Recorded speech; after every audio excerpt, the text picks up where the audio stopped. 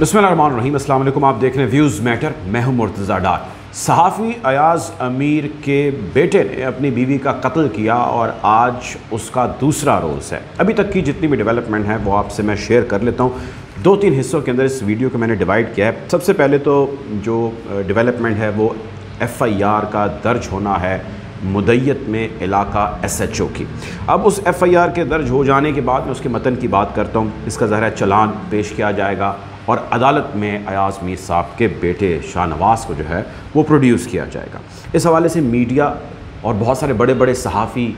क्यों खामोश हैं इसकी भी बात करेंगे और अयाज़ मीर साहब के किरदार और उनके बेटे के किरदार के हवाले से भी हम बात करेंगे। सबसे पहले तो ये कि मैं आपको पढ़ के सुना देता हूँ। एक बहुत ही वेल नोन जर्नलिस्ट हैं, बहुत अच्छे हमारे साथी हैं एहसान शौकत साहब, नवाए वक्त से मुंसलिक हैं गुज़श्ता कई सालों से और बड़ी ज़बरदस्त किस्म की रिपोर्टिंग करते हैं और ख़ुसूसन इन्वेस्टिगेशन और क्राइम के हवाले से बड़ी ज़बरदस्त ग्रिप रखते हैं। उन्होंने रिपोर्ट किया और वो कहते हैं कि जो उन्होंने बयान इनिशियल या इब्तदाई रिकॉर्ड कराया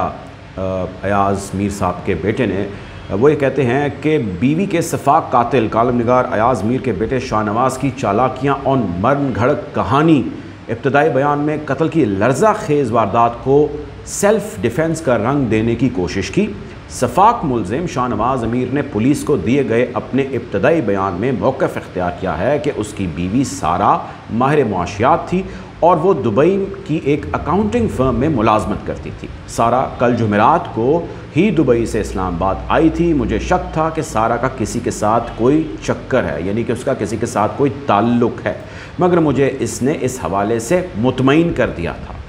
मुझे यूँ लगता था कि सारा किसी मुल्क की एजेंट है और मुझे मारना चाहती है। कल रात भी उसने मुझे गले से पकड़ा था और आज सुबह वक़ुए के वक्त भी उसने मेरी गर्दन इतनी ज़ोर से पकड़ी कि मुझे लगा जैसे मेरी गर्दन टूट जाएगी और मैं मर जाऊंगा, जिस पर मैंने सारा को धक्का दिया और वो नीचे फ़र्श पर गिर गई, जिसके बाद उसने उठकर मुझ पर हमला कर दिया, जिस पर मैंने करीब पड़ा वर्जिश वाला डंबल उठाकर उसके सर पर मार दिया। इसके सर से खून निकलने लगा और फ़र्श पर खून बिखर गया। मैं घबरा गया और खून साफ़ करने के लिए सारा को बाथरूम टब में डाल दिया। बाथरूम में टब में डालने के बाद मैंने पानी खोल दिया ताकि खून बह जाए। मुलजिम की वालदा समीना शाह ने वाक़े की इतला पुलिस को की, जबकि मुलजिम ने हाथ जो है वो टब की तस्वीर खींचकर जो है बाथरूम टब की तस्वीर खींचकर अपने वालिद अयाज़ मीर को भेजी थी और उन्हें फ़ोन करके वाक़े के बारे में बताया था। मुलजिम के वालिद ने अभी इस्लामाबाद पुलिस के सीनियर अफसरान को फ़ोन पर इसकी इतला की थी। जाए बकुआ फार्म हाउस शाहनवाज़ की वालदा समीना शाह के नाम पर है और शाहनवाज़ की वालदा समीना शाह को अयाज़ अमीर तलाक दे चुके हैं। याद रहे कि इस्लामाबाद के इलाके चक शहजाद में फार्म हाउस में मारूफ कॉलम निगार तजियाकार अयाज़ अमीर के बेटे शाहनवाज़ ने अपनी बेटी सारा को बेदर्दी से कत्ल कर दिया था, जबकि पुलिस की गिरफ्तारी मुलजिम शाहनवाज़ से तफ्तीश जो है वो करने के बाद अभी तक जारी है। ये मैंने अर्ज़ किया कि रिपोर्ट कर रहे हैं एहसान शौकत साहब और उनकी रिपोर्टिंग के हवाले से मुझे किसी किस्म का डाउट नहीं है और इस रिपोर्टिंग के बाद भी बहुत सारी चीज़ें हैं जो ज़रा इस केस के हवाले से रिपोर्ट करेंगे। अब दो तीन चीज़ें मैं आपके सामने रखना चाहता हूँ। एक तो ये कि एक ये फाइंडिंग है जो वहाँ पर यहाँ सोर्सेज से कुछ क्रेडिबल जर्नलिस्ट की हो रही है, सामने आ रही है, जारी है। दूसरी तरफ जो है बहुत सारे सवालात हैं जो जन्म ले रहे हैं। उन सवालों में एक वो सवाल है जिसका जिक्र जिसके हवाले से मैंने इन्फॉर्मेशन कल आपको दी थी और आपको बताया था कि ये जो वाक़या है ये जिस दिन रिपोर्ट हुआ उससे एक रोज़ कबल यानी रात तकरीबन 10:30-11 बजे के करीब हुआ। ये मैंने आपको चीज़ शेयर की थी और उसी रात जब ये वाक़या हुआ तो इसकी इतला जो है उनके बेटे यानी जिसने जो कातिल है या मुबैना कातिल है उसने अपने वालिद यानी अयाज़ मीर को दी। अयाज़ मीर साहब ने अगले दिन जाके सुबह जो है वो पुलिस को मुतला किया। तो कई घंटे लगभग 10 से 12 या 14 घंटे तक अयाज़ अमीर साहब क्या कर रहे थे, एक सवाल ये है।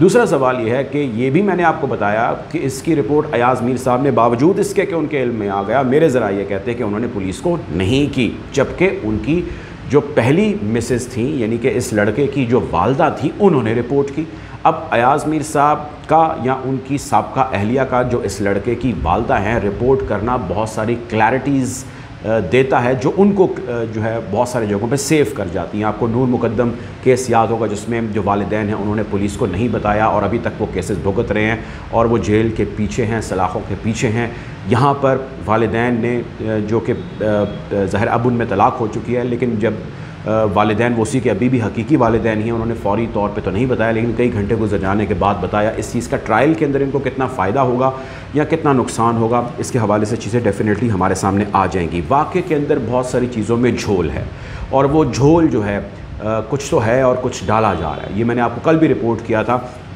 कि जो मेरी इन्फॉर्मेशन है पुलिस के ऊपर ख़ासा प्रेशर है और वो प्रेशर यूं ही डाला जा रहा है जिससे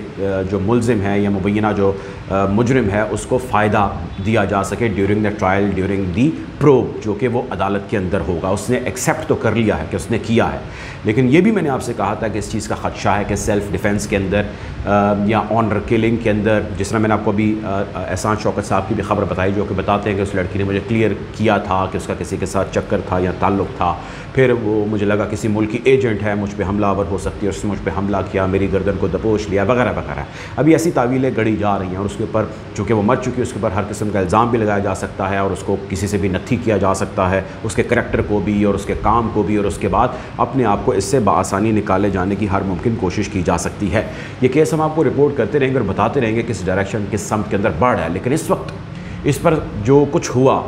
उस हो जाने में तो अफसोस किया जा रहा है, लेकिन उसके हो जाने के बाद बहुत सारे ऐसे बड़े बड़े जय्यद सहाफ़ियों और मीडिया हाउसेस की रिपोर्टिंग और उनकी क्रेडिबिलिटी और उनकी न्यूट्रलिटी के ऊपर भी मातम होना चाहिए। उनकी खामोशी के ऊपर भी सवाल उठाए जाने चाहिए कि आप दुनिया भर के या दुनिया भर में मौजूद लोगों के ऐसे वाक़यात के हवाले से बड़ा खुल्लम खुल्ला रिपोर्ट करते हैं, इदारों को और उन लोगों को आप मुर्द इल्ज़ाम ठहराते हैं और बढ़ चढ़ कर आकर बोलते हैं। लेकिन अगर आज आपका पेटी भाई, जो कि हमारे भी पेटी भाई हैं, अयाज़ मीर साहब मेरे भी सीनियर हैं, मेरी उनसे कोई बाज़ाब्ता बहुत ज़्यादा तफसीली मुलाकात नहीं है, लेकिन शायद इक्का दुक्का उनसे मेरी मुलाकातें हुई हैं जो मुझे बहुत एग्जैक्टली याद नहीं है। मेरी ऑल रिस्पेक्ट जो है वो इस वाक़े से पहले तो उनके लिए बिल्कुल मौजूद थी और अब भी कुछ हद तक है, लेकिन मेरे सवालात या कंसर्न्स उन सहाफ़ियों से भी हैं जो इस सारे वाक़े के ऊपर खामोश बैठे हैं। उन्होंने इसके ऊपर एक भी ट्वीट नहीं की है, उसके ऊपर कहीं भी लबकुशाई नहीं की। अब ये भी सवाल करने वाले करते हैं भाई अयाज़ अमीर का बेटा है जिसने ये वाक़या किया है, अयाज़ अमीर साहब का इससे क्या ताल्लुक़ है?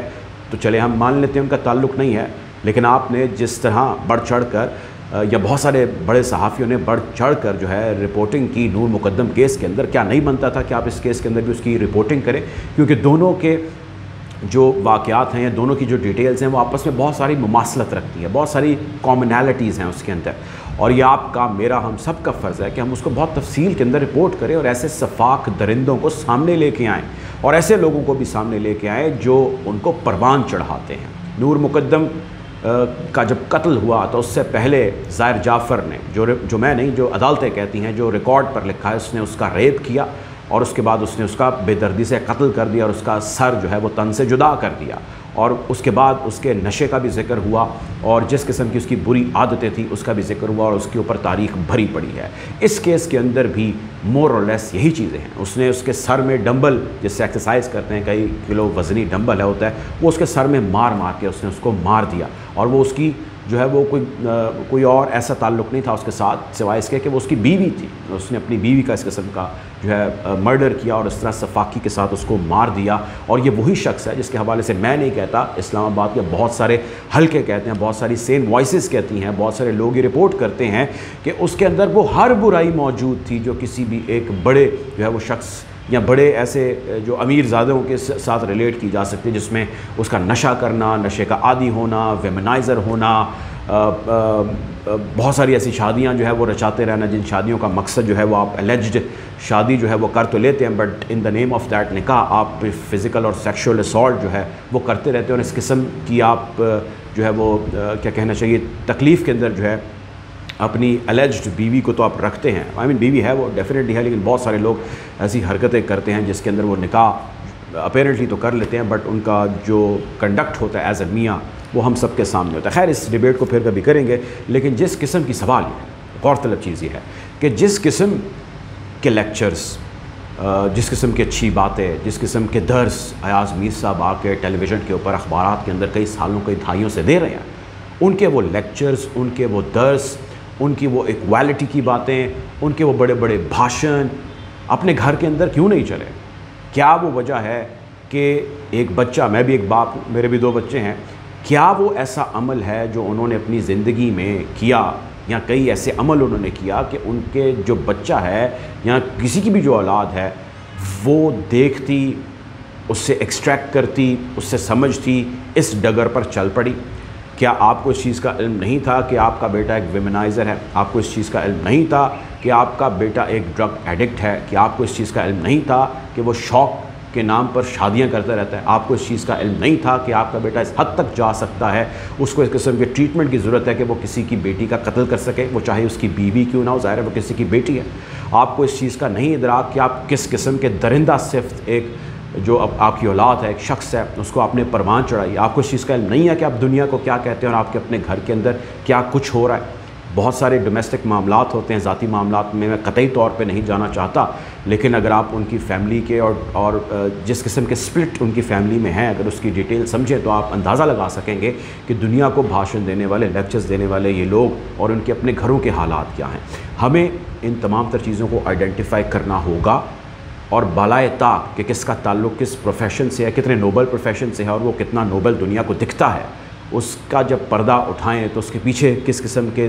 दरिंदे और भेड़िए छुपे पड़े हैं और किस किस्म के वाक़यात हैं और मामलात हैं, इनको समझना ज़रूरी है और समझने के साथ जीना उसके मुताबिक ज़रूरी है। कोशिश करेंगे इस केस के हवाले से आपको यूँ ही आगाह रखें। अपना ख्याल रखें। अल्लाह हाफ़िज़।